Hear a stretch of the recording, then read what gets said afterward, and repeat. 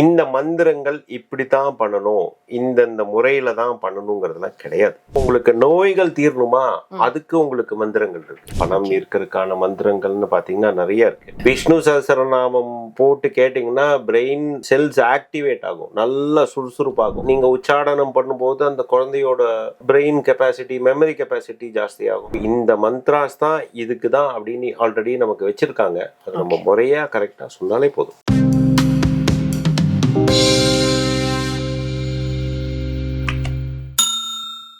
மந்திரங்களை பத்தி நம்ம நிறைய கேள்விப்பட்டிருக்கோம். மந்திரங்கள் நம்ம ஜெபிக்கிறனால என்ன மாதிரியான சக்திகள் இருக்கு, அதுல என்ன பயன் இருக்கு அப்படின்னு சொல்லி நிறைய கேள்விப்பட்டிருந்தாலும் இன்னைக்கு நம்ம மகாருத்ரா குருஜி அவர்கள்ட்ட கேட்டு தெரிஞ்சுக்கலாம். வாங்க வீடியோக்குள்ள போலாம். வணக்கம் குருஜி. நமஸ்காரம். மந்திரங்கள் ஜபிக்கிறனால என்னென்ன பயன்கள் இருக்கு, அதை எப்படி எல்லாம் பயன்படுத்தலாம், எப்படி பயன்படுத்தக்கூடாது, இந்த மாதிரி நிறைய சந்தேகங்கள் எங்களுக்கு இருக்கு. ஸோ நீங்க இப்ப மந்திரங்கள்னா என்ன அப்படின்னு சொல்லுங்க குருஜி.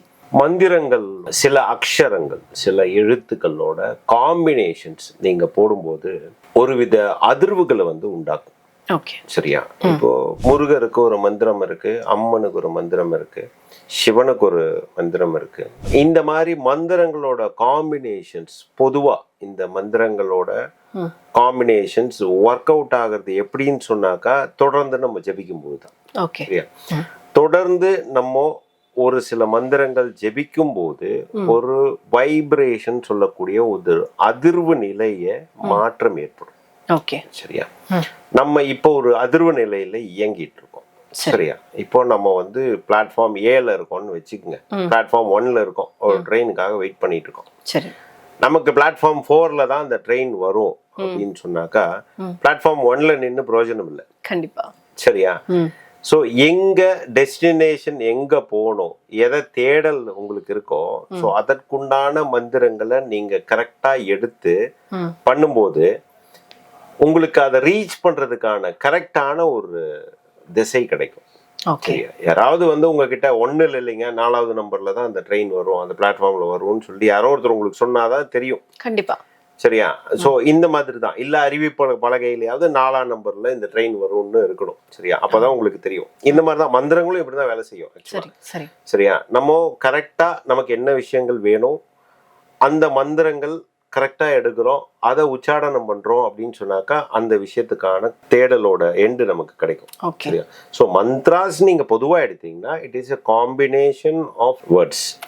சரியா? இல்ல காம்பினேஷன் ஆஃப் லெட்டர்ஸ். சரியா? இதை சாண்ட் பண்ணும்போது ஒரு வைப்ரேஷன் வரும். அந்த வைப்ரேஷன் நீங்க அதை எதுக்காக எடுத்தீங்களோ அதை உங்க டெஸ்டினேஷன் ரீச் பண்றதுக்கு ரொம்ப யூஸ்ஃபுல்லா இருக்கும். ஓகே குருஜி. இப்போ மந்திரங்களை ஜபிக்கிறதுக்கு ஒரு சில வழிமுறைகள் எல்லாம் இருக்கும்ல, இப்படிதான் இந்த மந்திரத்தை ஜபிக்கணும், இதை இப்படிதான் செய்யணும் அப்படின்னு எல்லாம் இருக்குல்ல, அது எப்படி நமக்கு தகுந்த மாதிரி எப்படி நம்ம கண்டறியறது?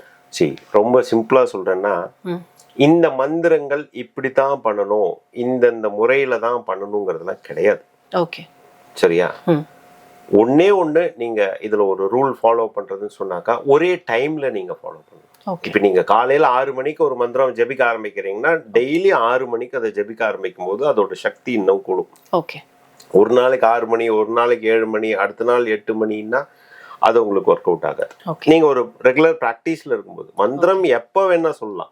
நைட்டு 10 மணிக்கு கூட எந்திரிச்சு நீங்க மந்திரம் சொல்லலாம், அது தப்பு கிடையாது. ஆனா நீங்க ஒரு ஒரு ஒரு உபாசனை எடுக்கிறீங்க, ஒரு குறிப்பிட்ட தெய்வத்தை நீங்க வசீகரிக்கணும், இல்ல நீங்க ஒரு குறிப்பிட்ட தெய்வத்தோட கனெக்ட் ஆகணும்னு நினைக்கிறீங்க அப்படின்னு சொன்னாக்கா ஒரு குறிப்பிட்ட நேரத்துல ஒதுக்கி அந்த டைம்ல நீங்க அந்த மந்திரத்தை, அந்த தெய்வத்துக்கு உண்டான மந்திரத்தை நீங்க திரும்ப திரும்ப உச்சாடனம் பண்ணும்போது ரொம்ப சீக்கிரமா நீங்க அந்த தெய்வத்து கூட கனெக்ட் ஆகக்கூடிய வாய்ப்புகள் இருக்கு. சரியா? அப்போ இதுக்கு ரூல்ஸ் இப்படித்தான் இருக்கும், அப்படித்தான் இருக்கும் அப்படின்லாம் எதுவும் கிடையாது. என்ன, நம்ம குளிச்சு சுத்தபத்தமா ஒரு விளக்கேத்தி ஒரு ஊதுபத்தி ஏத்தி நம்ம அந்த மந்திரம் உச்சாரணம் பண்ணும்போது நம்ம மனசுக்கு ஒரு திருப்தி இருக்கும். சரியா? எந்த தெய்வமும் உங்களுக்கு குளிச்சுட்டு பண்ணுன்னு எந்த தெய்வமும் சொல்ல. சரியா? இன்னைக்கு எத்தனையோ சித்தர்கள் குளிக்காம இருக்காங்க பார்த்திருக்கோம். சரியா? அழுக்கு ஆடைகளை உடுத்துறாங்க பார்த்திருக்கோம். அவங்க சொல்ற விஷயம் எல்லாம் மனம்தான் அப்படிங்கறது தான் சொல்றாங்க. சோ நாம அதை அப்படியே பழகிட்டதுனால குளிச்சு சுத்தபத்தமா பண்ணும்போது நமக்கு ஒரு திருப்தி, நல்லபடியா நம்ம வழிபட்டோம், நல்லபடியா நம்ம மந்திரம் சொன்னோம் அப்படிங்கிறது நமக்கு அது ஒரு சாட்டிஸ்ஃபைங்கான விஷயமா இருக்கிறதுனால நம்ம அதை பண்ணிக்கிறோம். ஓகே. இப்படிதான் பண்ணணும், இவ்வளோ தடவை தான் பண்ணணும் அப்படின்னு எல்லாம் எந்த ரூல்ஸும் கிடையாது. சரியா? நீங்க மந்திரம் சொல்லணும்னு நீங்க மனசுல நினைச்சிட்டீங்கன்னா எப்ப வேணா சொல்லுங்க, எவ்வளவு தடவை வேணா சொல்லுங்க. ஓகே குருஜி. சரியா? சரி. ஸோ மந்திரம் சொல்றதுக்கு நேரம், காலம், ப்ரொசீஜர்ஸ், புரோட்டோகால் அந்த மாதிரிலாம் எதுவுமே கிடையாது ஆக்சுவலா. ஓகே. இப்போ நான் ஒரு பெண்ணா இருக்கனால நான் தனிப்பட்ட முறையில் ஒரு கேள்வி கேட்கணும். இப்போ நான் பெண்ணுன்றனால ஒரு மாதம் ஒரு 3 நாள் என்னால இந்த மாதிரி எல்லாம் மந்திரம்லாம் சொல்லலாமா சொல்லக்கூடாதான்னு நிறைய தயக்கங்கள் எனக்குள்ள நிறைய டைம் இருந்திருக்கு. அதுக்கு நீங்க என்ன குருஜி சொல்றீங்க? இது நீங்க பொதுவா இது அது ஏற்கனவே உங்க உடம்பு டயர்டா இருக்கும், நிறைய பிளட் ஃப்ளோ இருக்கிறதுனால டயர்டா இருக்கும். அப்படிங்கறதுனால அந்த 3 நாட்கள் எதுவும் செய்ய வேண்டாம் அப்படிங்கிறது சொல்லப்பட்டிருக்கு ஆக்சுவலா. சரியா? பட் ஏன்னா உங்களுக்கு அந்த அந்த டைம்ல நீங்க எதை செஞ்சீங்கனாலும் இன்னும் உங்களுக்கு மேலும் டயர்ட் ஆகும். மேலும் உங்களுக்கு சோர்வை கொண்டு கொடுக்கும். சரியா? அதனாலதான் அந்த டைம்ல பண்ண வேண்டான்னு முன்னாடி ஏற்பாடு பண்ணதே தவிர அந்த டைம்ல சொன்னா நமக்கு தெய்வ குத்தம் ஆயிடுமோ அப்படி எல்லாம் ஒண்ணும் கிடையாது. சரியா? அத கொடுத்ததே தெய்வம் தான். கண்டிப்பா. சரியா? சோ பெண்மைக்கு அந்த சக்தியை கொடுத்ததே தெய்வம் தான். சோ அதுக்கும் இதுக்கும் சம்பந்தமே கிடையாது. உங்களால பண்ண முடியும், உங்களுக்கு தெம்பு இருக்கு அப்படின்னு சொன்னாக்கா நீங்க அந்த மாதிரி டைம்ல கூட நீங்க பண்ணிக்கலாம். மந்திரங்கள் உச்சாடனம் பண்ண முடியும்னா தாராளமா பண்ணிக்கலாம். சரியா? நிறைய சிவனடியார்கள், பெண் சிவனடியார்கள் அந்த நாள்லயும் ருத்ராட்சம் போட்டிருப்பாங்க, சிவநாமம் ஜெபிப்பாங்க, ரைட்டா? தேவாரம், திருவாசகம் எல்லாம் படிப்பாங்க. அதெல்லாம் ஒன்றும் தப்பு கிடையாது. சரியா? ஸோ உங்களால முடியும்னு சொன்னாக்கா நீங்க ப்ரொசீட் பண்ணலாம். இல்லை நீங்க ரெஸ்ட் தேவைப்படணும்னு சொன்னாக்கா நீங்க தலைக்கு ஊத்துனதுக்கு அப்புறம் தாராளமா அந்த மந்திரங்கள் ப்ரொசீட் பண்ணலாம். அதுக்கும் ஆன்மீகத்துக்கும் சம்பந்தமே கிடையாது. ஓகே.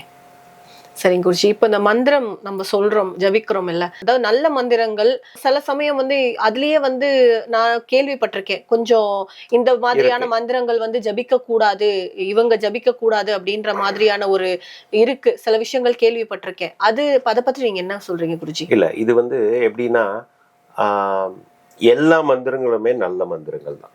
ஓகே. சரியா? நீங்க எதுக்கு யூஸ் பண்றீங்க, நீங்க எவ்வளவு ப்ரிப்பேர் ஆயிருக்கீங்க அத பொறுத்து தான். சரியா? சோ இப்ப பாத்தீங்கன்னா யட்சினிகள் மந்திரங்கள்னு இருக்கு.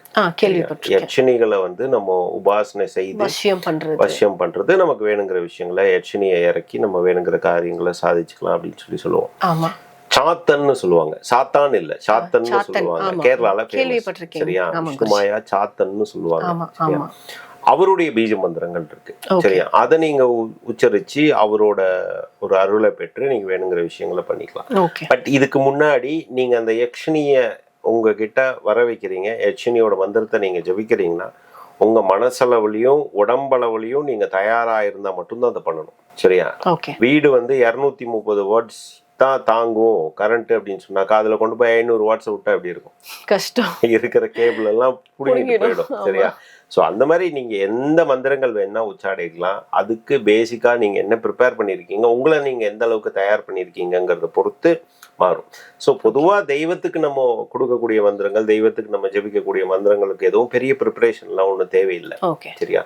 இந்த மாதிரி வேற ஏதாவது யட்சினிகளோ தேவர்களோ அந்த மாதிரி நீங்க மந்திரங்கள் உச்சாரணம் பண்ணும்போது நீங்க அதற்குண்டான ப்ரிப்பரேஷன்ல இருக்கும். ஸோ உதாரணமா இப்ப காலபைரவர் மந்திரம் எல்லாம் ரொம்ப பவர்ஃபுல்லான மந்திரம் ஆக்சுவலா. ஸோ அதுக்கு உங்களுக்கு ரொம்ப ஒரு டிசிப்ளின்டான ஒரு மெத்தடாலஜி இருக்கும். சரியா? அதுக்கு நீங்க நிறைய விஷயங்கள் ஃபாலோ பண்ண வேண்டியிருக்கும். அப்பதான் உங்க உடம்பும் மனசும் அதுக்கு தயாராகும்.